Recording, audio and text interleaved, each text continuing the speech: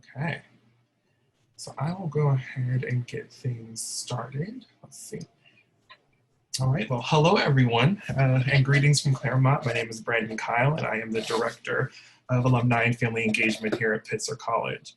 Thank you all so much for joining us today for this very special event that brings our entire Pitzer parent and family community together virtually to hear from campus leaders from all across the college. Our representatives will include a mix of staff and faculty and student perspectives in an effort to dive a bit deeper and learn more about what the Pitzer experience will be for the upcoming semester. We are incredibly grateful to have all of you, to be here with all of you really, from multiple streaming platforms, including both Zoom and Pitzer at Home and YouTube and now Facebook Live, as our office continues to upgrade our efforts to meet our community where we are now in this digital age of engagement.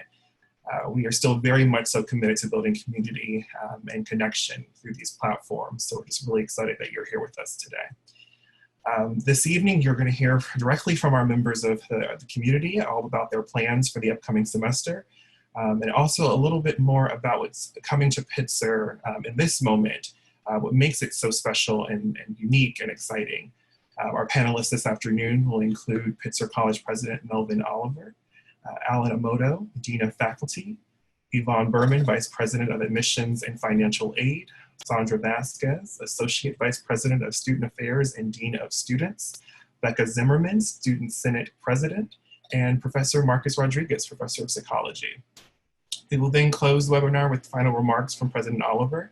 After our panelists have shared their updates, we will also be opening up for questions during the live Q&A, so please feel free to utilize our Q&A portal at the bottom center of your screen throughout this entire session, and we will try to get to as many questions as we can.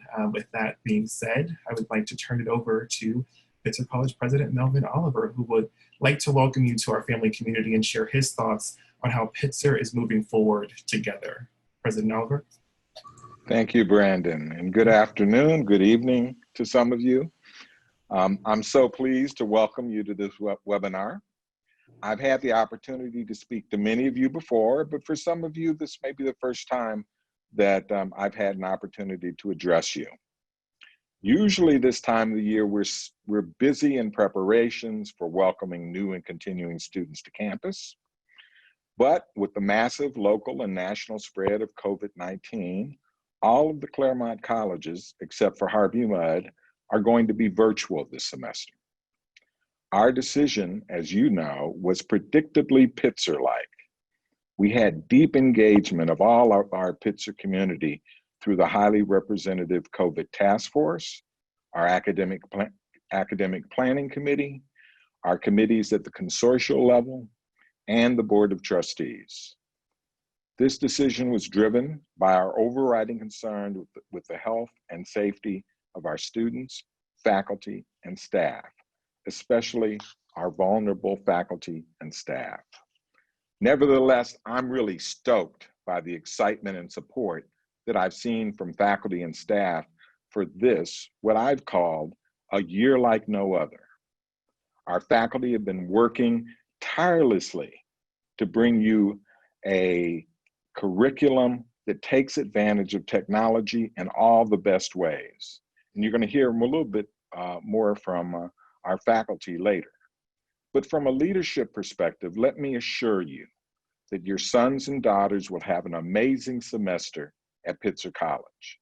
And the reason why is that Pitzer College is an institution that's really uniquely qualified to deliver a great virtual curriculum during this time of social dislocation and disruption.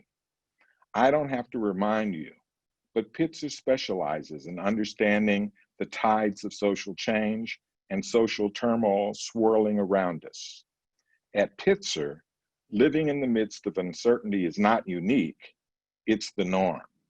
For Pitzer, the pandemic is a topic for exploration and understanding, as well as a space and time to survive. At Pitzer, we will go deep into the social, historical, and political ramifications of the most decisive election in our nation's history. We will live, learn, and be part of that historical moment. At Pitzer College, we will excavate the social origins of racism, violence, and inequality as we, as a nation, struggle to change our structures of systemic racism from our campus community to the wider society. Now, I know many of you are considering whether your student is going to make the investment to be with us online this semester. This is a historical moment where being an active Pitzer student will mean more in the years to come than at any other time. Linking our private troubles to public issues has been Pitzer's calling since 1968. Through our core values, we have been doing that as well or better than any other private liberal arts institution in the nation. So let me encourage you to support your students in this year like no other. Pitzer makes the commitment to providing your students with the opportunity to create an education that speaks to the moment with people who care deeply and strategically about how to change the world for the better. I look forward to your students joining us this semester and you, the parents, joining our Sage Hen family. Thank you. Thank you, President Oliver. I think up next we have Yvonne Berman. Good afternoon and good evening, everyone. It is a pleasure to be here with you. Brandon, I was wondering if you could put my slide up. Yes. And I'm here to welcome you on behalf of, again, admission and financial aid. And I wanted to be able to provide you with some updates with regards to financial aid. And if you happen to have any questions remaining, I'm here as well as some of my staff. So just a quick few updates for you to kind of peruse from the slide. The cost of attendance has changed for Pitzer, which then has affected many of the financial aid packages. So just to kind of give you a sense of what that means, because the overall costs have been reduced, most students will actually be seeing a savings in terms of costs due to living at home. So you may be wondering, what do I mean by that? First and foremost, tuition is flat this year. It is the tuition from 1920. So that is a bit of a change. We did not have an increase in tuition for this year. In addition to that, on-campus room and board, along with fees, are not included for the fall. They will be included for the spring. So please make note of that. All students were packaged with an at-home budget to account for those increased costs to families.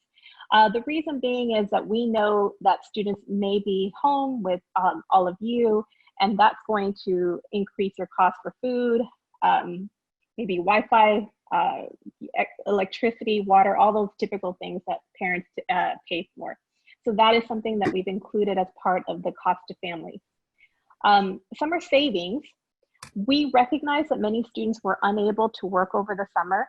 There is an expectation for earnings for students to have some type of a job during the summer.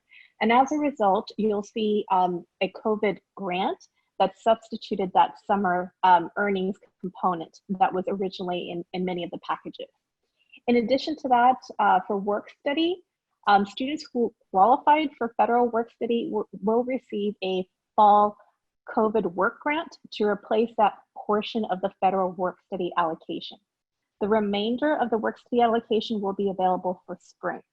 So that's some of the major changes that you'll see within the financial aid award. In addition, the first bill was generated last week, and it included the estimated aid, which included any kind of loan eligibility for fall semester. So please take the time to review that carefully. One thing to keep in mind, if your students have not received a financial aid award, it could be because their package or at least their documents are incomplete. So I would ask that students check their portal to make sure that financial aid has all the necessary documents. If there has been any changes to the family situation, please let us know. We do want to work with you and the family, so just please contact the financial aid office if you have any additional questions. We've also included a cost worksheet to estimate out-of-pocket expenses related to tuition. So that'll help you understand if there's a credit balance that will be refunded to you. If you have any additional questions, please feel free to email us and schedule an appointment. We're asking that you email simply because, like everyone else, we're working from home, and sometimes it's a little easier for us to respond to your inquiries via email. This is one of the things that we're really asking for families to do, is to contact us via email. Again, my name is Yvonne, and I am so happy to welcome you to the Pitzer family. As an alumna, you'll note that I'll always have my Pitzer tree because it's something that means so much to me. So again, welcome, and again, welcome to the Sage-Hen family. Thank you, Yvonne. Up next, we have Sandra Vasquez.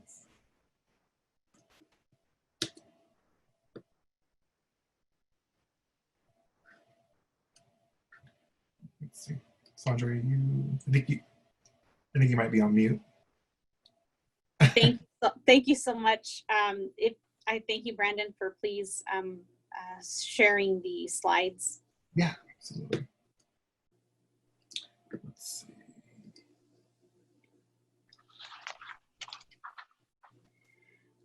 I want to share with all of you how inspiring it has been since March for us. This slogan here, mindful of each other, was really student-led and inspired. And in fact, the designs that you'll see a bit throughout this were designed by one of our student leaders, Natalie Ayala. I say that because since March, what I've been hearing from our students is, Dean Sandy, what can I do to help? And that is the ethos and the spirit that we're so proud of with our students. We can move on to the next slide. Within the Division of Student Affairs, I want to highlight for you a few of the guiding pillars that have been guiding our work, and that being health, well-being, and safety of our students will continue to be preeminent. It's important for you to know that students will have access 24/7 to be able to access our on-call team. They can be reached by calling campus safety, where we will help provide navigation and support to students in need of any type of after-hours consultation or support. During normal business hours, we will also continue to be available by contacting the Office of Student Affairs. And even if it is during normal business hours that anyone would like to get a hold of our on-call staff, we are happy to help. One of the things that, as we transition to this virtual environment, you all as parents and family members will be critical partners in being part of that extended community within the community for our students. You will be able to know firsthand and to be able to help us identify if your student may need some support, or may need to check in for mentoring, for advising, or may need some help with getting engaged and connected. And we thank you in advance for that partnership. Academic support services will continue to be a priority, and I'll share a few screenshots after this regarding some of the frequently asked questions, mainly around accommodation support and the other types of virtual academic support services that we have planned. Within the next few weeks, we will be uploading onto what is called Handshake. So encourage your students to take a look at Handshake for any new student employment opportunities that will become available. While limited, there will be a few that will be available for students to explore. The career advising will also continue to be available for students, and we will be having workshops and opportunities for students to connect and start building their network, their agency, and their tools regarding the thinking about, how they're starting to chisel out those ideas, aspirations, and vision for exploration of their pathways. We also continue to provide support to historically marginalized and low-income students. There are some resources that I will be adding here onto the chat link for you all to maybe save onto your devices as quick navigation guides. And I'm sorry that it seems like the PowerPoint did not translate well into this setting. I'm happy to have Brandon maybe, email it out to you all after the session so that it can be accessible to you all. But some of the items that are really important for us to know, if there are any challenges that students are experiencing, that that we are here as a resource, and students can definitely reach out. We have, for example, a loan library for course textbooks. We partner with our central library to help students find e-books and articles made available by faculty who have partnered with them to minimize the cost impact for students whenever possible for their courses. And we have faculty and students who have donated course textbooks now for 3 years, developed as part of a student voice initiative. And they're available to any and all students who may be interested in checking them out for the semester, and we'll have them shipped to their home. In addition, if there's a student who is in need of borrowing a laptop for the semester, we are happy to have one shipped to them. If there are students who, because of financial limitations or unexpected emergency situations, need access to a Wi-Fi hotspot, I'm going to talk a little bit about how they can access those resources as well. Our goal is to have every single student ready to be successful and to thrive beginning on the first day of classes. And we appreciate your partnership in that process. Our team's been very busy with new student orientation. Our academic student guides are very excited to help mentor and support our students throughout the year as well, beyond new student orientation. And we're also very excited about our co-curriculum programming, which is available through the Pitzer Now website. It is going to be so important for you all to encourage your students to be engaged now more than ever. And the reason I say this is because, we are going to, hope that we can count on you that when you're interacting with your student, ask them, have they attended any recent programs, workshops? Are they connected through social media? It is so important for them to continue to engage within the communities that exist throughout the college. We're going to be having on September 2nd a student resource fair, where a multitude of resources from across the Claremont colleges and here at Pitzer are going to come together to be able to make themselves available to connect with students virtually, let them know about opportunities, how they can get involved, any interests that they may have, they're bound to find their resources. So offices are going to be there for our students. So we're also going to be hosting Weeks of Welcome from August 24th through September 30th, where different offices are going to be hosting open houses, meet and greets, different initiatives and programs, really to help with that onboarding and that welcoming for our students for the new year for all students, and also to connect them with each other. We're also escalating all of the different approaches we have to connect with students, leveraging social media platforms, and our extraordinary Student Senate President, Becca Zimmerman, is a prime example of the power of student voice and how important that is for students to learn about, especially events and programs. I will be putting into the chat later an important additional resource, the Fall 2020 Student Success Support Services and Resources. That is really a one-stop shop hub of any and all student resources that they will need to be successful this semester. We can go to the next slide. One of the most common questions that we receive is around how do we navigate accommodations and access to that resources and registering through the student life page at Pitzer. The Academic Support Services Office is that resource that is a direct connection for parents, families, and students. We can go to the next slide. And there's a process there for registering that will guide families and students through that process. And we can go to the next slide. And Dean Gabriela Tempestoso is a remarkable resource. I want to highlight the efforts that the team has undergone since March. We've had virtual academic coaching, virtual study halls, academic workshops that have been very successful with students. This virtual study hall, believe it or not, we've learned from Student Voice that has been one of the most helpful tools for them to address that piece of, sometimes the loneliness or isolation in this time, being a part of community and being part of this, believe it or not, virtual study hall with your peers has been one of the most popular resources that we're hearing from students. And academic coaching, I would encourage your students to get connected earlier on. It is an extraordinary resource. Coach Connie Halland is beloved by our students, and I'm sure that you will hear about her through your students soon. But we are, creating virtual workshops around time management, study strategies in a virtual environment, and we can go to the next slide.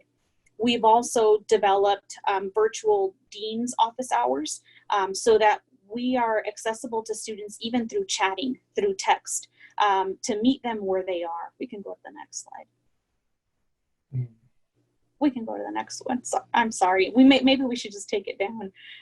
And Student Connection and Wellness, we have a program that is, funded through a parent gift. The Raskin family was so generous to give us a gift to launch the Strive to Thrive program. And we did not realize the power and the impact that it would have, as it was designed also in a hybrid model to be virtual. And this really has been at the heart of part of our initiatives. You can follow us on @PZ Strive to Thrive on Instagram. And I also encourage you to follow @Pitzer OSA. But you'll see common updates around the 8 dimensions of wellness that focus on different aspects from meditation, access to resources that our team has made accessible digitally to students as well. We can go to the next slide.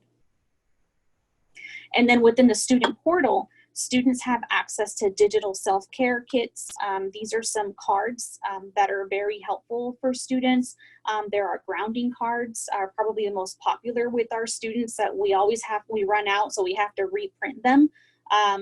But know that we care. We're here for your students, and please feel free to reach out if there's anything that we can do to help.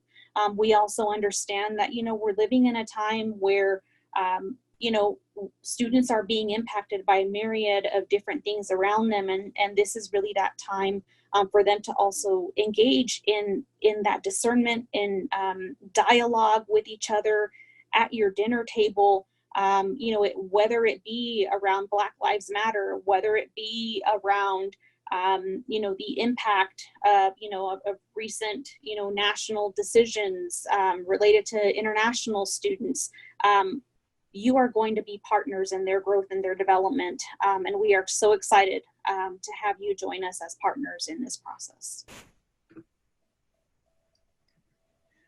Thank you, Sandy. So we're going to hear a little bit more about the student experience and perspective from Student Senate President Becca Zimmerman. Hi, everyone. My name is Becca Zimmerman. I'm a rising senior and the president of our Student Senate, and that is a role that I got to dive right into this spring and summer. I spent a lot of time in the COVID task force meetings and Zooming with a lot of people on the screen who are probably sick of me at this point. But I'm really glad I got to participate in pretty much every aspect of the planning and decision making that we've been doing for this fall. The Pitzer administration has done an incredible job of living out our shared governance value by directly including students and student input throughout the entire process. So one thing I want to mention is that the decision that we made to go online was something that every single student on the task force fully supported. And it's something that we supported because we recognize it as the safe and socially responsible thing to do. I personally cannot speak for other colleges' presidents, but I do know that I've been speaking regularly with the other student body presidents of the Claremont Consortium, and all of us are in sync that an online semester is the safest way to proceed. I also know that with an online fall, a lot of students are trying to recreate the college experience by living with friends off campus. I personally am staying home, and I would encourage anyone who is able to do so as well. Last month, I published an article highlighting some important information and some concerns and risks about living off campus, especially in Claremont, that students may be missing. I would recommend that those who are living off campus or who are considering living off campus give it a read, as it might help you inform your safety plans and protocol for the fall. However, I also recognize that everyone's circumstances and needs are different, and there's no one-size-fits-all solution. I want to reassure you that professors are working hard to plan for flexibility and to accommodate students' needs, and that everyone at Pitzer is really committed to both quality and accessibility. That being said, I would also encourage you to support your student in making use of the amazing resources that Pitzer is offering this fall. especially engaging with other students. So many club leaders are working really hard to create fun and exciting virtual meetings and events, and I personally am pretty pumped about our Student Senate plans for the fall, so maybe nudging your student to apply isn't a bad idea. I also was originally pretty skeptical about the online experience too, but I've seen and been a part of the months and months of planning that have gone into this fall, and I'm really confident that we can bring Pitzer to all of our students no matter where we are. Finally, I want to tell you all something that you already know. Your kids are incredible. I knew they were great before the pandemic, and I'm even more impressed with them now. I'm constantly inspired by the passion and thoughtfulness of Pitzer students, but I also have to give credit where credit is due. I can see how you all have influenced that. Thank you so much to all of our Pitzer parents and families for your generosity and your kindness. I've seen you give each other advice in the Pitzer Families Facebook group. I've seen you give internship opportunities and career insights to students you've never met. And I've even seen you open up your homes to vulnerable students in these incredibly difficult times. The support and strength that you bring to our community is greatly appreciated, even if sometimes we students forget to thank you as often as we should. So thank you for all that you do, and thank you for having me today, and I hope I can answer some of your questions. So thank you, Becca. So we're going to hear a little bit more about the academic experience Pitzer now from the Dean of Faculty, Alan Omoto. Hi, everybody. Yes, my name is Alan Omoto. I'm the Dean of Faculty and Vice President for Academic Affairs. So I have the great pleasure of working both with faculty and students on all of the academic programming and courses here at Pitzer College. I'm really happy to be here today, and I hope that you have been able to participate over the summer in some of our other events, our JUICE series, which was a series of speakers and special events for some of which were academic, some of which were more on the fun, less academic side. That was a way to continue to be engaged with families and with students throughout the summer, as well as the Pitzer at Home series that was a way to sort of involve everybody in the Pitzer family in different kinds of events. And I bring that up because it's sort of the segue for how we also are now moving into the fall and how we will continue to engage certainly all of our students, but also broader Pitzer family in our academic endeavors in the fall. As you've already heard, that throughout the summer and really since March, faculty have been working on their teaching and planning for about the eventuality of an online fall. We wanted to be back and worked very hard, as Becca was attesting to try to figure out a way to come back in the fall in person. But given where we are now with the pandemic, it just proved impossible. And now we've been able to sort of flip the switch and dive in wholeheartedly on making the fall semester an online semester, but the best that it can possibly be. And I want to stress that what you are still getting and your students are still getting is highest quality faculty. That the Pitzer faculty are dedicated to students and their scholarly work. And in that way, they are student-centered, and the education that we aim to provide is individualized for student needs and student goals. That's not changing, even though we're online.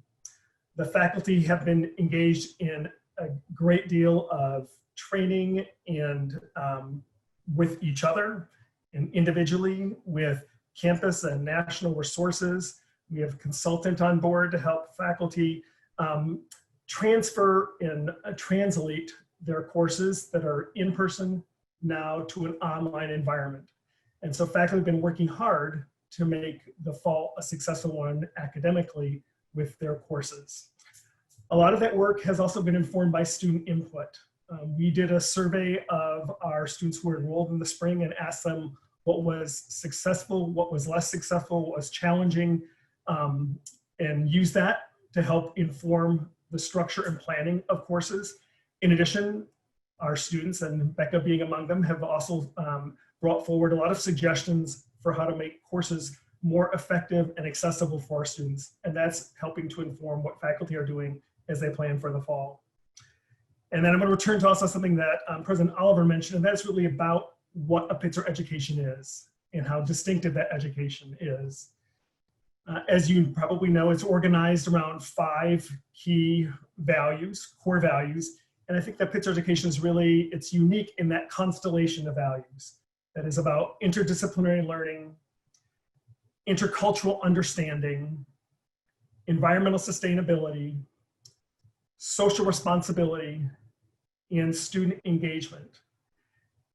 You think about where we are in the world today and what it is we're facing with the pandemic and all kind of social unrest, that those core values, those Pitzer core values, I think are really important not only for education, but for relevance in the world at large.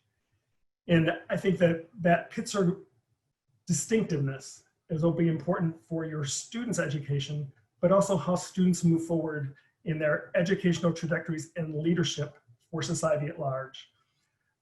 If you, I'm going to say to, I don't have slides, but to direct you to now the Pitzer website, where I spent some more time writing. I wrote to all students this summer talking about the value proposition of a Pitzer education around those core values under sort of the title of Pitzer Now, trying to make the case for why we are excited about this fall and about the constellation or confluence of those world events and what they mean for Pitzer education. We have been engaged in now trying to really bring focus to some initiatives for the fall, while also helping to make people aware of the modifications in Pitzer education in an online format. If you go to the Pitzer Now website, I will invite you to look at that because there are some panels. The faculty have done a series of panels about their teaching for the fall, what they expect their teaching will look like, how they've modified their classes. There have been a long series of drop-in office hours for students and a lot of individual outreach to students to tell them about the fall. But in addition, in that Pitzer Now document, you can find those panels, the videos of those panels. I wanted to highlight four key things for the fall about a Pitzer education. We have a new presidential initiative around racial justice that we're launching this fall. It'll have both curricular and co-curricular roots and will be started this fall and continue for the next 3 years is our plan right now. It will involve inward looking at Pitzer processes and practices and outward looking work and addressing the current societal concerns around racial justice. We are expanding our community engagement work in ways that are leveraging online resources. So our community engagement work will be broader and deeper as a result of using online resources. And a lot of that work is running through our really renowned Community Engagement Center. We've also expanded our justice education activities. What is a jewel in the crown of those activities is our Inside Out courses, where students take courses alongside incarcerated individuals.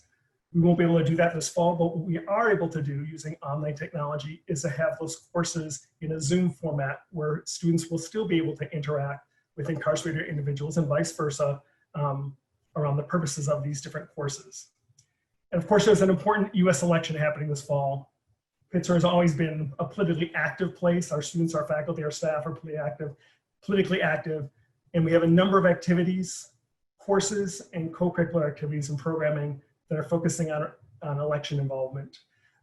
It's a special time at Pitzer, and again, the core values of Pitzer, what we try to do in our curriculum, I think are directly responsive in addressing what it is that's happening now. Finally, I will say that I know that some people may still be considering taking a leave of absence from Pitzer. I will say if that is ultimately your decision to make, that's the decision you make, the information for a leave of absence is located for students in the portal. There's a form that they would need to complete there to take a leave. Another thing I just wanted to mention is transfer credits, because I know that there are also some students who are anticipating taking courses elsewhere and wanting to transfer those to Pitzer. I want to make you aware of our transfer credit policy that for this current academic year, students are limited to 2 Pitzer units to transfer into Pitzer College. And again, that is for the entire academic year. Our practice has always been that transfer credits require field group approval. So if you are thinking about transfer credits, you would want to do that, get pre-approval before you take those courses from the relevant field group here at Pitzer. There's a lot of information about transfer units on the Pitzer website. There is a frequently asked questions section on the fall 2020 planning page. I would encourage you to look at the Q&As there, the FAQs there, not only about leaves of absence and transfer credits, but a lot of other questions about the structure and format of our courses and other concerns that people might have. I want to close by saying that I would encourage any students out there, if you haven't yet talked to your advisor, I hope you have and have had an opportunity to please do so. That your academic progress, your access to courses are what are really critical to us and to your faculty. They are there for you. Pitzer is a special kind of place where the faculty to student and student to student relationships are really the bedrock of what it is we do and why we do that. Your faculty are committed to you and are interested in maintaining those relationships and in helping you do what is in your best interest. So I hope that you will continue to respond to your faculty, but also to reach out to your faculty and to each other in making your decisions about the fall. But we're excited about it, and I look forward to engaging with all of you online during the fall. Thank you. Thank you, Alan. That's actually a perfect transition to hear a little bit more about the faculty perspective. We're going to hear from Professor Marcus Rodriguez, Professor of Psychology, and a little bit more about how he is preparing for the fall. Hi, good afternoon. So yes, I guess I'm representing all faculty here, or at least I'll represent myself to say that me and a lot of the colleagues that I've been working with, we're planning and working hard to design and reimagine and re-envision our classes, I think in a way that doesn't typically happen. I haven't in previous semesters had so many professors get together and have Zoom calls and share notes and share syllabi and give each other feedback to be able to create as dynamic and meaningful and engaging of a learning environment as possible. And I also appreciate the administration has put so much into helping support us to create well-crafted, innovative, inclusive, and of course, very Pitzer classes. So I wanted to tell you a little bit about what that would look like in my case and why I'm excited as a professor here. And then maybe say one or two words about how we can prepare mentally for this semester. So an example of what that looks like in my case, I'll be teaching a class through our Inside Out Prison Exchange program, where half of our students are incarcerated students in the Norco Correction and Rehabilitation Center, and half are our Claremont students.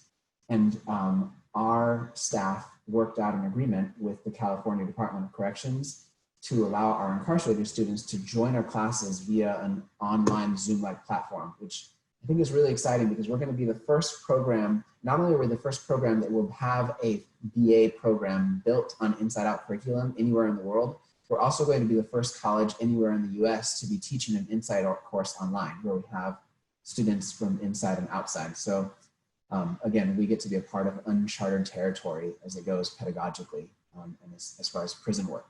So that's one example of something I'm really excited to be a part of. Another thing is I'm teaching an internships class, which is essentially a class for psychology majors where I teach mindfulness, I teach skills for peer support, active listening, how to provide each other and people in their community and our community partners with emotional support.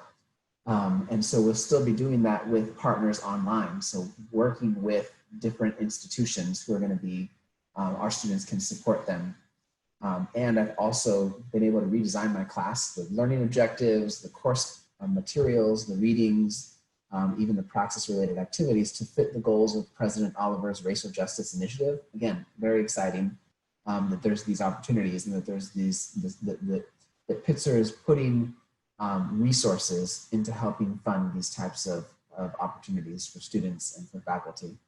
And as far as advising goes, this has also created new opportunities, I think like never before, in that, for example, now my advisees have like a link. And so whenever they want to meet with me, they have access to just put themselves directly into my Google Calendar. And I guess that would be the equivalent of like stopping by my door in the past and knocking and coming in. But I've actually been meeting with more of my advisees because all they have to do is click on that link and come and see me. And so I think there's a lot of changes, and I think a lot of ways that we're trying to adapt to be able to support our students, including research, right? My research program and the students that I'm working with. I'm still advising 5 different senior theses, as well as my own projects, and just learning to adapt and how to make that work online. And as far as advice, as far as how to think about what to do, I was thinking about a few things, and then one of my students told me that we were streaming live before we knew it. So I thought I could share an example from that. So just last night, I chipped my front teeth. They were chipped. My brother tripped me when I was in junior high, so I fell on like concrete when I was a kid. But just yesterday, they got re-chipped. And I was kind of freaking out. I was like, oh no, I have this big webinar thing, and like, am I going to wear a mask during the webinar and just pretend like I needed to socially distance, or like show lots of slides so that my face is small, or call in sick? But instead, I decided, after I used my own emotion regulation skills, I reached out to the faculty. I sent an email and I said, hey, I need a recommendation because I just moved to Claremont this weekend. And so I said, hey, I need a recommendation for a dentist. And I got 27 responses in 6 hours and was able to identify someone, and I fixed my teeth. So I think what I want to say is I think our faculty is uniquely equipped and ready to deal with a stressor like this because we are very much united. And that doesn't mean we all share the same values and ideas, but even just the example of like my teeth getting chipped and needing support, so many people quickly jumped in and were able to provide support, advice. I've already been checked in. 3 other professors have since checked in and said, like, how's your teeth? How are you doing? How are you moving? And I think that in a situation like this, you want to have faculty that are working together, collaborating well, and supporting you. And so my recommendation for you as students would be, if you have challenging circumstances that are making it difficult for you to succeed academically, to reach out to your professor, to reach out to your advisor, so that you can get the help that you need, because we are willing to do what we can as your professors, and so we hope you'll do that. And also as your professor, also as you think about preparing for this fall semester, I guess I want to say that if you've decided that the most preferable choice will be for you to continue your academic education and to continue making progress towards graduation, then I think the next question that you need to ask yourself and be preparing in these next 2 weeks is, how am I going to make the very most of what is possible this semester, right? How am I going to maximize this semester? And what is it this semester is preparing me for? And I think, so I practice a type of therapy called dialectical behavior therapy. And it's based on the balance of change and acceptance. And typically when my clients come to treatment, at the very beginning, I say, this is a treatment where I'm going to help you change some things, and I'm going to help you accept other things. And we're going to have to figure out which things will change and which things will accept. And we have tools for each, for acceptance and change. And I think that this is a very similar situation. I think that we will need to figure out how to accept that things are different than what we had wanted them to be, right? Accept only reality, right, as it is, and the limitations that we have that are realistic limitations, but to not try to accept things like, oh, this semester, I'm not going to learn as much, it's not going to be as good. Those are judgments, those are things we don't know. And if we can throw ourselves fully into the semester and figure out how is it that I'm going to be prepared this semester to prepare myself for what the world is going to look like post-COVID, prepare myself for some of the major issues that are happening in our world today, that we can walk with each other through this process. And I hope that that we can, again, balance this idea of change and acceptance as we face different challenges and as we deal with the uncertainty and the ambiguity, but also the excitement of what is going to be this next semester at Pitzer. So I look forward to, and I know I represent the rest of our faculty in saying that we look forward to having you back in class this fall. Thank you. Fantastic. Thank you, Marcus.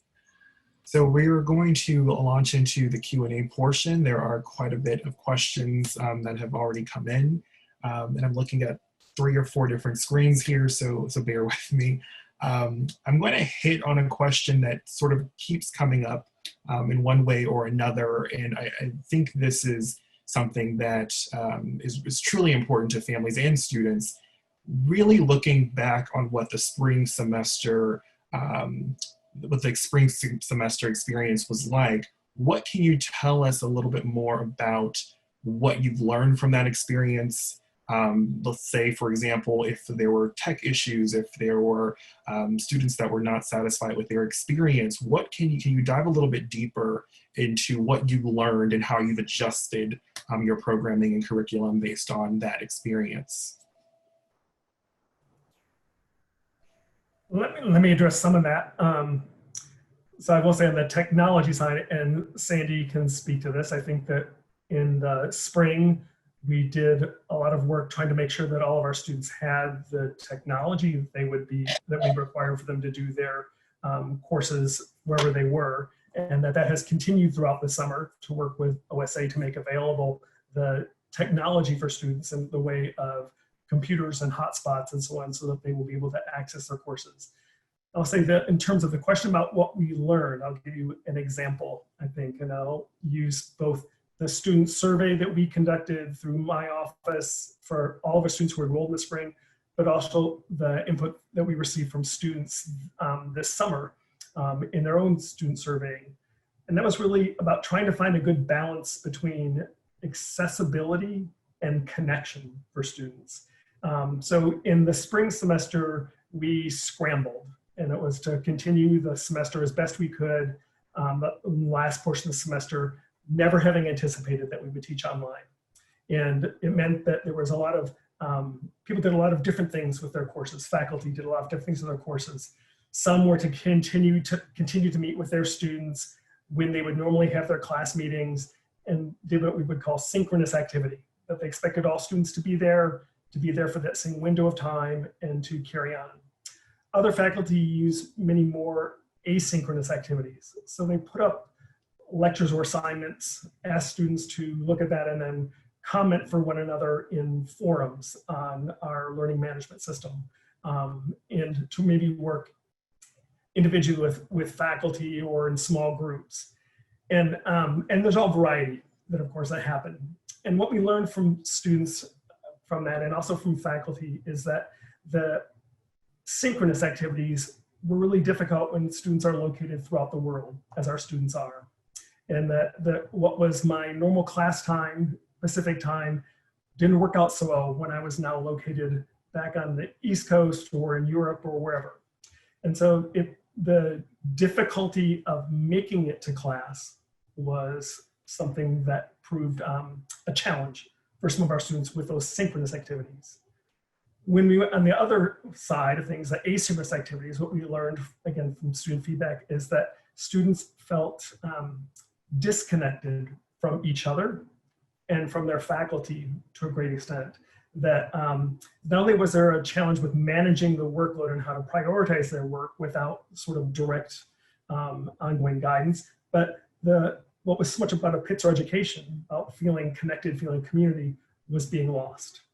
And so I think that now using those two examples, what we have looking at during the summer and what faculty have paid a lot of attention to is how to create classes that balance both synchronous and asynchronous activities, so that we can have courses that are accessible, available, convenient for students. We've actually changed our class schedule for some classes to have different times for classes, ideally to make them more accessible for students, but at the same time create key and important opportunities in their courses and in co-curricular spaces to allow for that feeling of connection and community that is so important to a Pitzer education. So that was a long answer, but I was trying to say that we scrambled to make do with what we could in the spring, but learned from that we need to try to balance these things, because both situations have liabilities and have advantages. We need to create courses that really leverage both for successful learning experience for our students and for faculty teaching this fall. I think from the student affairs perspective, I think some of the lessons and reflections back that we gleaned from student voice, or, we were in a phase in March of prioritizing their safety, which was imminent, their safe return home, ensuring students who maybe were experiencing insecurities had the support and resources they needed also to make that happen. and also navigating for our international students, you know, any barriers that existed for their ability to return home. We also recognize that, you know, well-being and the acknowledging and validating the sense of grief and loss of what normal was for students. Examples being, you know, the memory and building memory together being so important for our senior class. The community came together and put together a video of wishes for them. We transitioned, you know, the use of, for example, newsletters to really showcase our student leadership awards. We tried, you know, different leveraging different methodologies to still find creative ways to celebrate their successes, their contributions as leaders committed to our core values, but also recognizing that, you know, we really leaned on our Claremont College's services departments to help with programming initiatives while we were working on the day-to-day critical safety and transportation measures with our students. And so, you know, relying on those partners as strong, you know, programmatic offices was really critical for us. And we believe now more than ever, you know, this was part of the reason why we needed to reimagine our programming approach.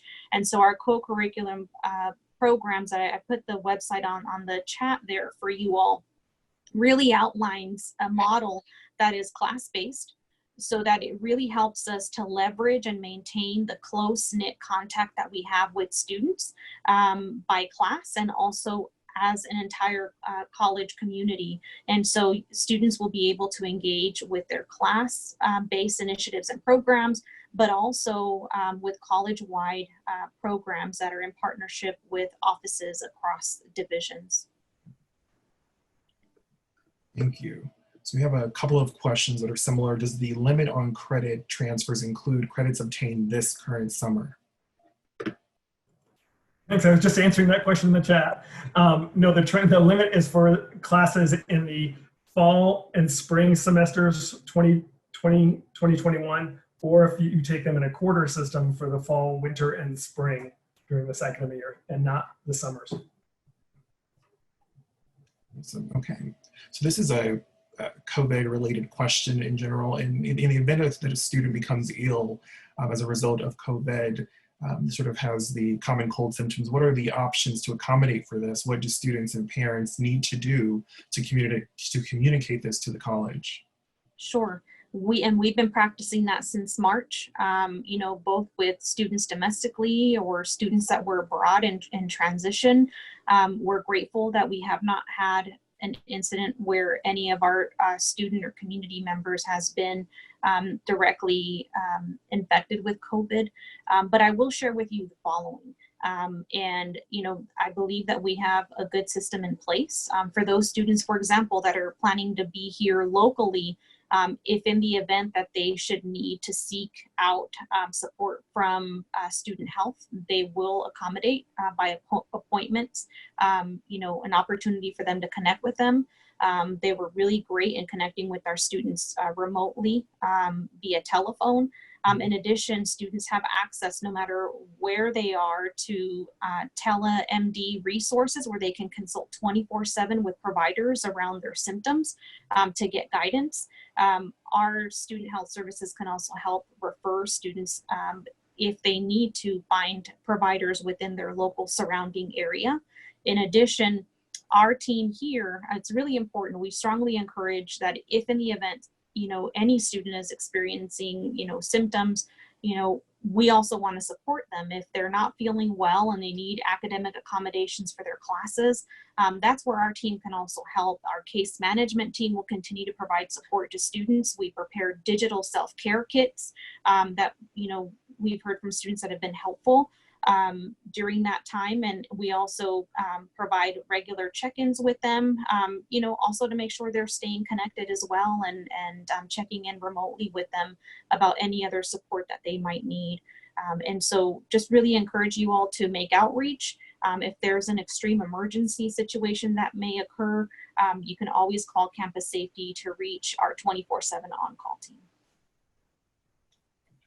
And also I would just like to add to briefly that, so the faculty, part of the, as we put out some principles for courses for the fall, one of them revolved around accommodations issues. Just today, there was a faculty panel about accommodations that Sandy participated in to help make faculty aware of what would be appropriate accommodations and how to identify and refer students appropriately for services. And I'll have to tell you, having worked at many institutions, our faculty here, and let me just put it to you this way. When I first started at Pitzer 3 years ago, one of our faculty shared, we are advisors to students for life. And I share that because it really speaks to the heart of when a student is not feeling well, someone's going to know. It's going to be their faculty member, their advisor, whoever is helping to mentor them, whether it's a staff or a peer. Our peers are, their students are just that caring. We're going to find out somehow, if we don't hear directly from the student because they're just not feeling well. Or the other critical piece is they'll be quick to tell us, we haven't seen this student in class, or we haven't heard back from them. That's just very telling of the kind of community that you have here. Thank you. Let's see. If a student takes a leave of absence in the fall, how connected will they be to the college? Will they continue to receive emails? Will they have access to advising? So throughout the year, as we have our programs and initiatives, students are still welcome to engage in those initiatives and programs. We are here as a resource for mentoring if they want to continue to check in with us. Many students, for example, and I will not put it out publicly, but a lot of them, for example, have personal ways of reaching out to us to check in and connect, whether it's for discernment or guidance on, where they're at. But staying connected is going to be important. And so I would encourage students to check out our calendar of events on our Pitzer website so that they can join in to community-based initiatives and programs so that they can stay connected, connected online through social media to the community as well. So, let's see. When will a final decision be made on the spring semester? I know they're planning on it in person, but can we expect to have that confirmed or changed anytime soon? That's a very difficult question to answer because, as you saw, things changed in California over the course of about 4 weeks. And we're going to have to play it a little bit by ear. But I think that if I had to make a guess, we should know something in early December. But once again, I'm not going to guarantee that. Can you tell us how those who are accepted as international students for the program for spring 2021 should prepare? Should they register for both Pitzer classes and the international programs?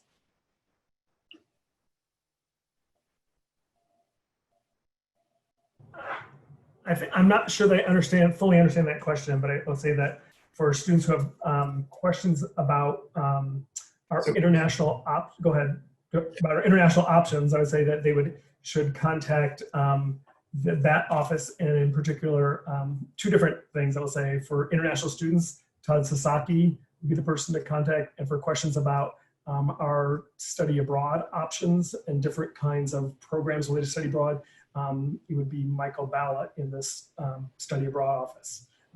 We don't know what the options will be at this point, and so it's hard to make a firm commitment about those options at this time. So how is the administration of faculty actually working across the college consortium or shared courses, for example? How is that sort of shaping up?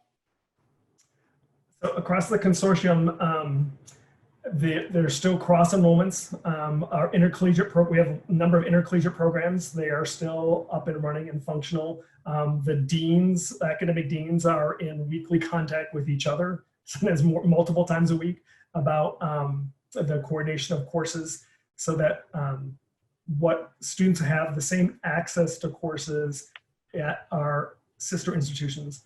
I know that there have been some questions about Harvey Mudd. I want to be clear that Harvey Mudd is expecting to have at this moment, a very, very small number of its classes would be in person, and that most of their classes are actually online.